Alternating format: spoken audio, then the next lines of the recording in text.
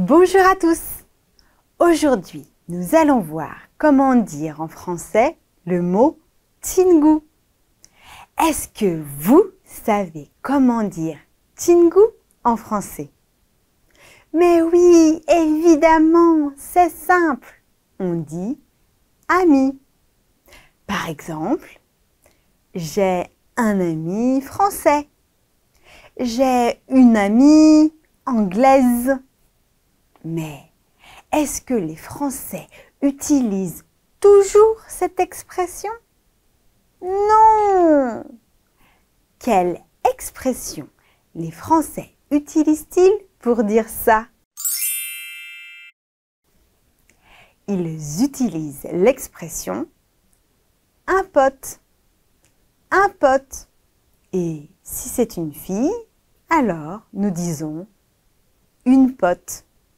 Une pote. Alors, ami, c'est correct.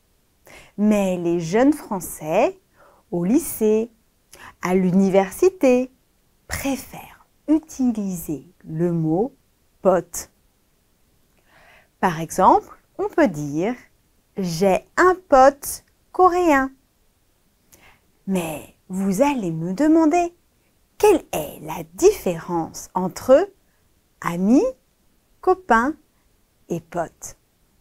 Vous avez raison, il y a beaucoup de mots pour dire la même chose. Voyons d'abord ami. Qu'est-ce que c'est un ami? Un ami, c'est une personne avec laquelle nous sommes très proches. On s'amuse beaucoup ensemble. On se raconte des secrets.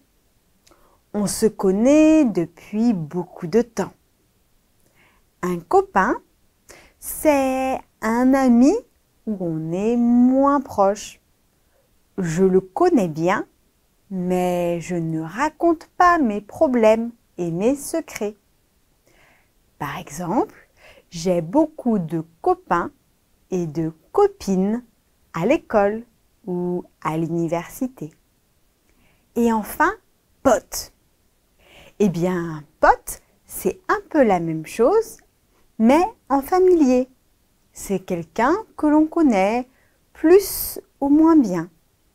On peut dire qu'un pote, c'est un ami ou un copain. C'est correct pour les deux.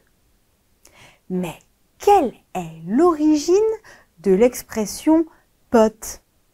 Eh bien, bizarrement, pote vient du mot poteau. Un poteau, c'est les grands pics qui tiennent les fils électriques dans la rue.